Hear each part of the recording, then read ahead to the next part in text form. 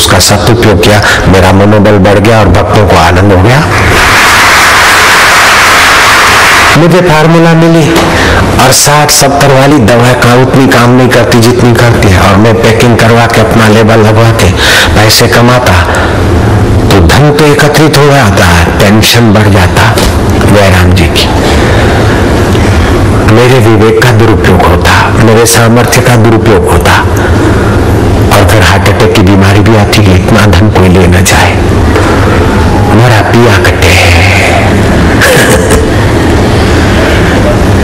अभी जो बांटने बंटवाने में आनंद आता है, वो मार्केटिंग करते और बेचते तो इतनी तो लोग लेते भी नहीं और इतना आनंद भी नहीं आता और इतना लोगों को फायदा नहीं होता। अभी तो बापू की प्रसादी करके ले जा रहे हैं। ऐसे ही होली का उत्सव है, वसंत ऋतु के बाद ग्रीष्म ऋतु शुरू होती है। सूर्य के सीधे किरण धरती पे पड़ते हैं, तापमान बढ़ जाता है, तो हमारे सप्त धातु और सप्त रंगों में क्षोभ होता है। जो लोग इन बातों को नहीं जानते वे ज्यादा शुद्ध होते और गर्मी के रोगों के शिकार भी बन जाते हैं। ऋषि लोग जानते थे। तो आपके मन का संतुलन और सप्त धातुओं का संतुलन, शरीर के सप्त रंगों का संतुलन करने वाला केसु का फूल, केसु की लकड़ी, केसुड़े का पेड़ प्रकृति ने बना रखा है। ब्रह्मचारी को जब दीक्षा देते थे तो पलाश के दंड पकड़ाते थे, पलाश के फूल का, पलाश के वृक्ष का, ताकि ब्रह्मचारी के जीवन में बैलेंस बना रहे, संयम बना रहे, धृति का गुण रहे। मनुष्य के जीवन में अगर धीरज नहीं होगी, धृति नहीं होगी तो बह जाएगा। सुख आया उसको भी देखते जा, दुख आया उसको भी देखते जा, तुम धीरज से आगे बढ़ते जा। दुख आया घबरा गए, दुख के भोक्ता बन गए, आपका विवेक मर गया। दुख आप पर हावी हो गया, आपका विवेक दबा है, इसलिए दुख हावी हो गया। सुख आया और आप सुख में बाछे फिर गई, बेलगाम हो गए, आपने सुख का दुरुपयोग किया। विवेक नहीं जगा इसलिए सुख का दुरुपयोग हुआ, सुख आप पे हावी हो गया। अब सुख चला न जाए उसका भय बना रहेगा। सुख आया है, यश आया है, सामग्री आई है और आपने विभू नहीं किया तो ये सामग्री चली न जाए, ये यश चला न जाए, भय बना रहेगा। तो आप सुख में, सामग्री में भी दुखी हो जाएंगे।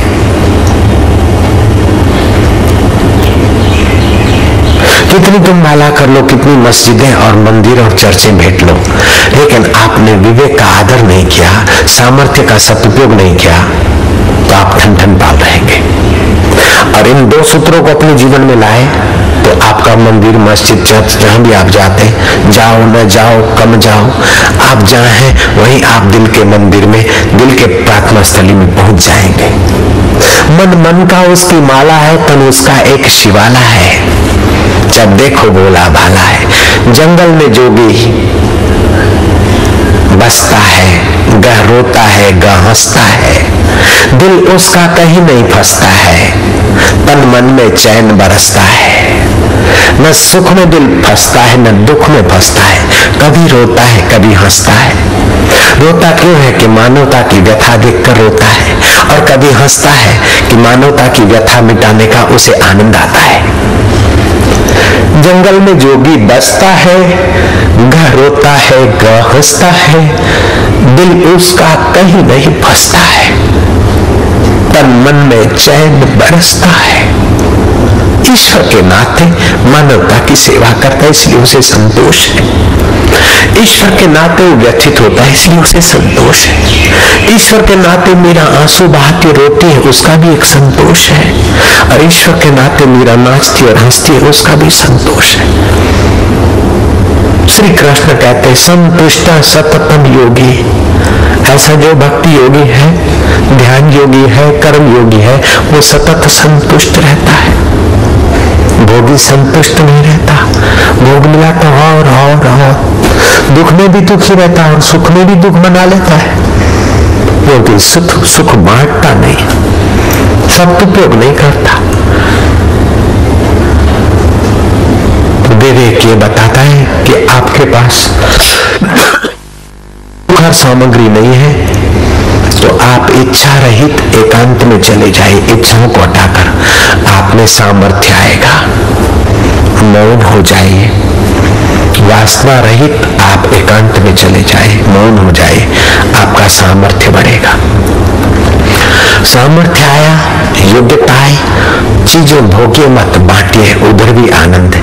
एकांत में सामर्थ्य सर्जन और भीड़ में सामर्थ्य का सदुपयोग, आपके दोनों हाथ में लड्डू। जो सब कुछ छोड़कर नीरव एकांत में जाके कुछ पाना चाहते हैं, वो एक पैर से हिमालय पार करना चाहते हैं। जो प्रवृत्ति में ही रहकर सारी जिंदगी सुखी होना चाहते हैं, वो भी एक पैर से ही चलना चाहते हैं।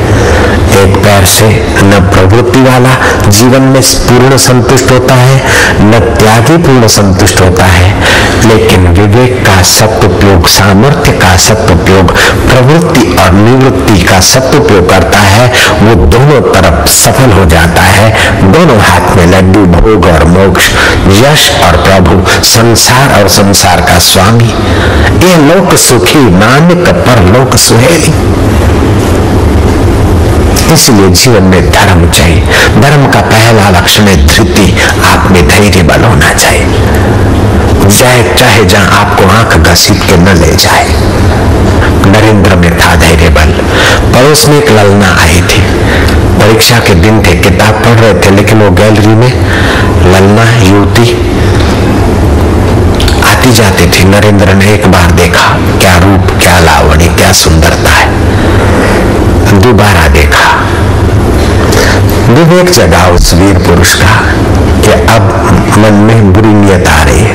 मन को कहा तीसरी बार देखेगा तो तेरी खबर ले लूंगा, लेकिन आंखें हैं, चली गई। और मन ने सोचा कि क्या खूबसूरती है। विवेक तीव्र हुआ कि अगर अभी छूट दूंगा, पड़ोस की बच्ची को, युवती को बुरी नजर से देखूंगा, धीरे धीरे बुरे विचार आएंगे, बुरे कर्म करूंगा तो मेरी कमर फूट जाएगी और मेरा सारा जीवन नष्ट हो जाएगा। उस बहादुर विद्यार्थी ने क्या करा, रसोई घर में गए और लाल मिर्च उठाई और आंखों में डाली के ले, अब देख बुरी नजर वाले, तेरा मुंह काला।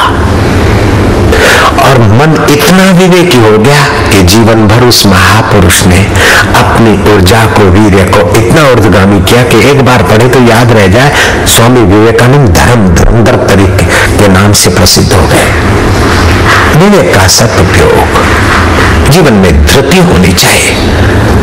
चाहे जहां आपके पैर आपको न ले जाए, चाहे जहां आपके कान आपको न ले जाए, चाहे जहां आपकी नाक जिस किसी सुगंध के तरफ आपको लुल्लू न बना ले, चाहे जो आप बोल न ले, चाहे जो आप खा न ले, आपके जीवन में विवेक होना चाहिए, धृति होनी चाहिए। ब्रेक और स्टीयरिंग अगर ड्राइवर के कंट्रोल में नहीं है, उस ड्राइवर को नालत है, उसे ड्राइविंग नहीं करना चाहिए।